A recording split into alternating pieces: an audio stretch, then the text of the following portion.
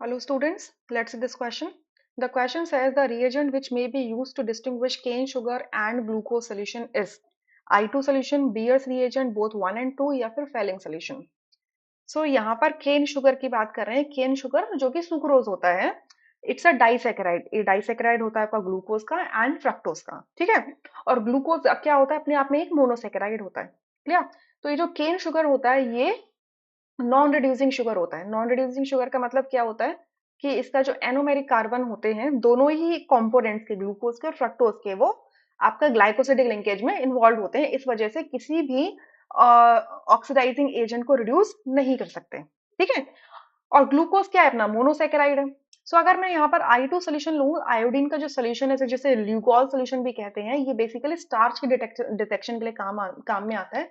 तो स्टार्च के साथ ये रिएक्ट करके क्या बनाता है, एक ब्लू ब्लैक कलर का आपको कॉम्प्लेक्स बनाता है जिससे स्टार्च की आइडेंटिफिकेशन होती है। तो ऑब्वियसली आयोडीन सोल्यूशन तो इस्तेमाल नहीं कर सकते इन दोनों की डिटेक्शन के लिए। बियर्स रिएजेंट क्या होता है, कोल्ड अल्कलाइन KMnO4 सोल्यूशन होता है, एक माइल्ड ऑक्सीडाइजिंग एजेंट की तरह यहाँ काम करेगा। तो ये जो रिएजेंट होता है इसका क्योंकि पर्पल कलर होता है, तो अगर ये कहीं पर भी यूज हो जाएगा तो अपना कलर डिस्चार्ज कर देगा। सो अगर कहीं पर डबल बॉन्ड है, ट्रिपल बॉन्ड है, तो यहाँ पर ये क्या करेगा, आइडेंटिफिकेशन कर सकता है, या फिर आपके जो विसिनल डायोल्स होते हैं उनको ऑक्सीडाइज करने का काम कर देता है। मतलब एल्कीन्स को ऑक्सीडाइज करने का काम कर देता है विसिनल डायोल्स में, सॉरी, ठीक है।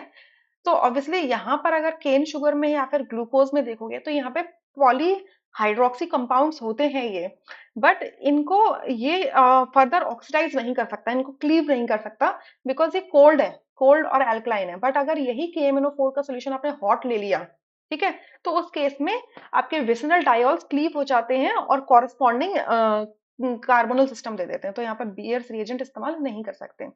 तो थर्ड ऑप्शन यहाँ से अपने आप रूल आउट हो जाता है। फोर्थ ऑप्शन में लिखा है फेलिंग सोल्यूशन। फेलिंग सोल्यूशन क्या होता है, एक माइल्ड ऑक्सीडाइजिंग एजेंट होता है, ठीक है।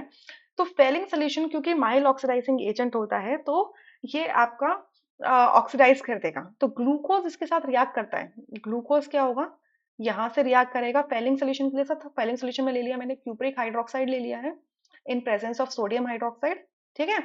तो ये यहाँ पर क्या बना देगा, सोडियम सॉल्ट ऑफ ग्लूकोनेट बना देगा, ग्लूकोनेट, ग्लूकोनेट, ठीक है, sodium salt of gluconate.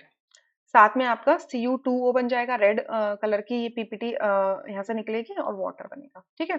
But अगर मैं यहाँ पर केन शुगर ले लूं, तो केन शुगर क्योंकि नॉन रिड्यूसिंग शुगर होता है, इसका जो एल्डिहाइडिक ग्रुप है, ये कीटोनिक ग्रुप है आपका, एल्डिहाइडिक ग्रुप ग्लूकोज का और कीटोनिक ग्रुप आपका फ्रक्टोज का, वो दोनों किसमें इन्वॉल्व है, ग्लाइकोसिडिक लिंकेज में इन्वॉल्व है, इस वजह से इस फेलिंग सोल्यूशन के साथ में रिएक्ट नहीं करते हैं, राइट। सो यानी कि फोर्थ ऑप्शन करेक्ट हो जाएगा, rest options would be incorrect. I hope you understood, thank you.